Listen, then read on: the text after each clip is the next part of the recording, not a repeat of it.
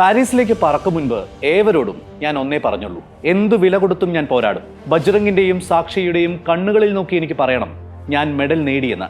അവർക്ക് രണ്ടുപേർക്കും ഒളിമ്പിക് മെഡലുകളുണ്ട്, എനിക്കതില്ല. ഞാൻ പരിശ്രമിച്ചാൽ എനിക്ക് മെഡൽ നേടാൻ സാധിക്കും. ഒരാൾക്കും എന്നെ തടയാനാവില്ല. പാരീസ് ഒളിമ്പിക്സിൽ പങ്കെടുക്കാനുള്ള തയ്യാറെടുപ്പുകൾക്കിടയിൽ വിനേഷ് ഫോഗട്ട് പറഞ്ഞ വാക്കുകളായിരുന്നു ഇത്.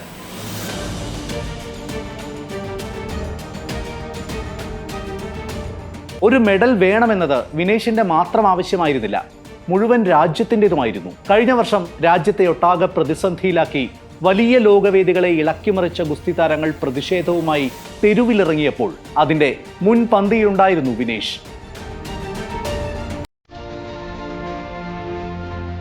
ശേഷം ഒരുപാട് വെല്ലുവിളികളിലൂടെയും കഠിനാധ്വാനത്തിലൂടെയുമാണ് ഇന്ന് വിനേഷ് ലോക കായിക മാമാങ്കത്തിന്റെ അഖാഡയിൽ നിൽക്കുന്നത്. സാങ്കേതിക പിഴവ് മൂലമാണ് വിനേഷിന് 50 kg വനിതാ വിഭാഗം ഗുസ്തി ഫൈനലിൽ പങ്കെടുക്കാൻ സാധിക്കാത്തതെന്നാണ് വാദം. പക്ഷേ ഒരു മെഡൽ കൊണ്ട് മാത്രം നമുക്ക് ആ പ്രതിഭയെ അളക്കാൻ സാധിക്കില്ല. അതിന് യോഗ്യരല്ല ഒരാളും. ലോകോത്തര താരങ്ങളെയെല്ലാം മലർത്തിയടിച്ചാണ് വിനേഷ് തന്റെ യാത്ര അവസാന സ്റ്റേജിലേക്ക് എത്തിച്ചത്. കഴിഞ്ഞ ദിവസത്തെ വിനേഷിന്റെ അവിസ്മരണീയമായ പ്രകടനം കണ്ട് മുൻ ഒളിമ്പ്യൻ ബജ്രംഗ് പൂനിയ പറഞ്ഞത് ഇപ്രകാരമായിരുന്നു: ഇന്ത്യയുടെ പെൺസിംഹമാണ് വിനേഷ്. 4 തവണ ലോക ചാമ്പ്യൻഷിപ്പ് നേടിയ, ഒളിമ്പിക് മെഡലുകൾ നേടിയിട്ടുള്ള ലോകോത്തര താരങ്ങളെയാണ് അവർ തോൽപ്പിച്ചത്. എന്നാൽ ഈ പെൺകുട്ടി സ്വന്തം രാജ്യത്ത് ചവിട്ടിയരയ്ക്കപ്പെട്ടിട്ടുണ്ട്. ഈ പെൺകുട്ടിയെ അവളുടെ രാജ്യത്തിന്റെ തെരുവുകളിലൂടെ വലിച്ചിഴക്കപ്പെട്ടിട്ടുണ്ട്. ഈ പെൺകുട്ടി ലോകം കീഴടക്കാൻ പോവുകയാണ്. പക്ഷേ രാജ്യത്തിന്റെ വ്യവസ്ഥിതിക്ക് മുന്നിൽ തോറ്റുപോയവളാണവൾ.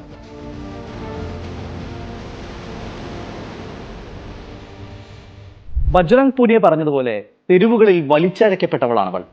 ചവിട്ടി തേക്കപ്പെട്ടവളാണ്. കുത്തുവാക്കുകളാൽ മുറിവേറ്റവളാണ്. അങ്ങനെ എല്ലാം നിശ്ചയദാർഢ്യം ഒന്നുകൊണ്ട് നീന്തിക്കയറി അവർ ലോക കായിക മാമാങ്കത്തിലെത്തി. തന്റെ പിതാവിന്റെ ജീവിതത്തെ ആസ്പദമാക്കി പുറത്തിറങ്ങിയ ദംഗൽ എന്ന ചിത്രത്തെക്കാൾ വലിയ നാടകീയതകളിലൂടെ ജീവിതം കടന്നുപോകുമ്പോഴും വിനേഷ് ഒരിക്കലും തല താഴ്ത്തേണ്ട താരമല്ല. തലയുയർത്തി തന്നെ പറയാം, Vinesh is the super heroine of India.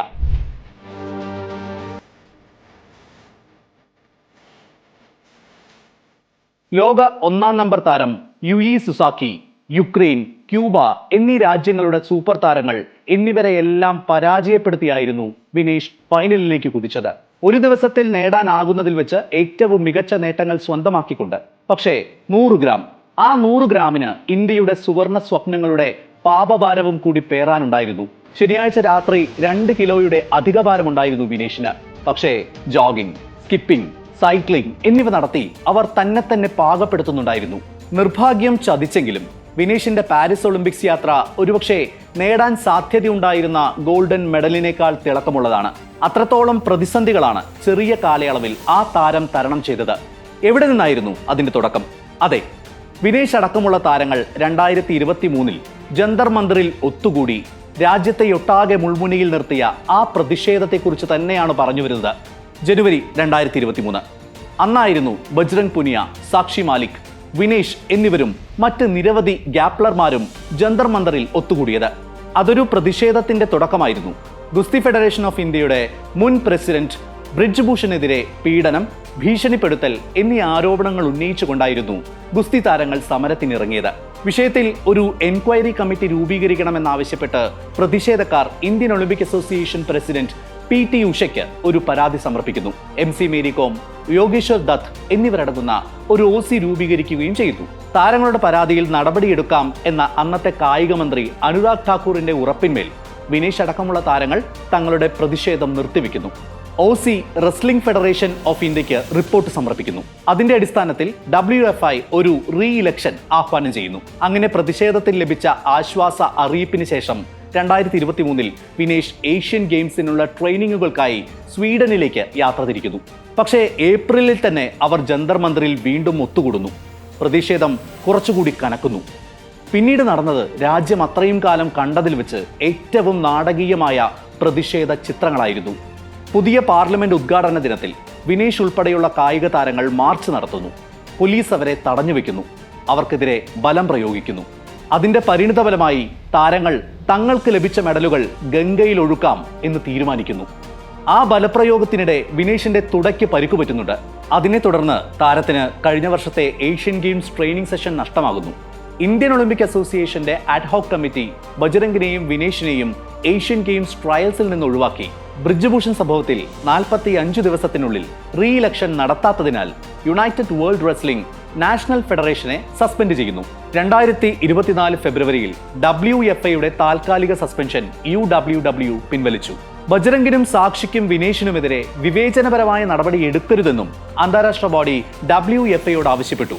15 മാസത്തിന് ശേഷം മത്സര ഗുസ്തിയിലേക്ക് മികച്ച തിരിച്ചുവരവ് നടത്തിയ വിനേഷ് ദേശീയ തലത്തിൽ 55 കിലോഗ്രാം വിഭാഗത്തിൽ സ്വർണം നേടി. മാർച്ചിൽ വിനേഷ് ഒളിമ്പിക്സിൽ 2 കാറ്റഗറികളിൽ മത്സരിക്കാനുള്ള ശ്രമം നടത്തി. 53 കിലോയിലും 50 കിലോയിലും. സക്സസ് ആയത് 50 കിലോ കാറ്റഗറി ആയിരുന്നു. ഏഷ്യൻ ഒളിമ്പിക് യോഗ്യതാ മത്സരത്തിന്റെ ഫൈനലിൽ പ്രവേശിച്ചതോടെ വനിതകളുടെ 50 കിലോഗ്രാം വിഭാഗത്തിൽ പാരീസിൽ രാജ്യത്തെ പ്രതിനിധീകരിക്കാനുള്ള അവസരം വിനേഷിന് വന്നു ചേർന്നു. അങ്ങനെ മാസങ്ങൾക്ക് മുൻപ് ഡൽഹിയിലെ തെരുവുകളിലൂടെ നിഷ്കരുണം വലിച്ചഴക്കപ്പെട്ട ശേഷം 2024 പാരീസ് ഗെയിംസിൽ വിനേഷ് രാജ്യത്തിന്റെ തന്നെ അഭിമാനമായി നിലകൊണ്ടു. ഒളിമ്പിക് ഗുസ്തി വേദിയായ ചാമ്പ്സ് ഡി മാർട്ട് അരീനയിൽ വിനേഷ് നേടിയ വിജയങ്ങൾ തന്നെ അടിച്ചമർത്തിയ ഇൻസ്റ്റിറ്റ്യൂഷണൽ പൊളിറ്റിക്സിന് നേരെ അവർ തൊടുത്ത വലിയ തിരിച്ചടികളായിരുന്നു. 2016 വിനേഷ് കളം വിട്ടത് സ്ട്രക്ചറിലായിരുന്നു. 2020 തോൽവി തളർത്തിയും. പക്ഷേ ഇത്തവണ വിനേഷിന് വിലങ്ങുതടിയായത് നിർഭാഗ്യമായിരുന്നു. ഈ 100 ഗ്രാം വെയിറ്റ് ഗെയിനിന് നമുക്ക് ആരെയാണ് പഴിക്കാൻ സാധിക്കുക? വലിയ വിമർശനങ്ങൾ രാഷ്ട്രീയമായും അല്ലാതെയും ഇതിനോടകം തന്നെ പൊട്ടിപ്പുറപ്പെട്ടിരുന്നു. അതൊരു അട്ടിമറിയായിരിക്കും. 100 ഗ്രാം ഇത് തമാശയായിട്ടാണ് തോന്നുന്നത്. അത്ലറ്റുകൾക്ക് ഒറ്റ രാത്രി കൊണ്ട് 5 മുതൽ 6 കിലോഗ്രാം വരെ കുറയ്ക്കാനാകും. ഇങ്ങനെയാണ് മുൻ ഒളിമ്പ്യൻ വിജേന്ദർ സിംഗ് പറഞ്ഞത്. വിഷയത്തിൽ Olympic association of India appeal നൽകിയിട്ടുണ്ട്. അയോഗ്യയല്ല. കോടിക്കണക്കിന് കായിക പ്രേമികളുടെ മനസ്സിൽ വിനേഷ് പൂർണ്ണ യോഗ്യയാണ്. ഇന്ത്യയുടെ ഒളിമ്പിക് ചരിത്രത്തിലെ ഏറ്റവും മികച്ച പ്രകടനങ്ങൾക്കുടമയായ ധീരവനിത വിനേഷ്. പോരാട്ടം തുടരുക.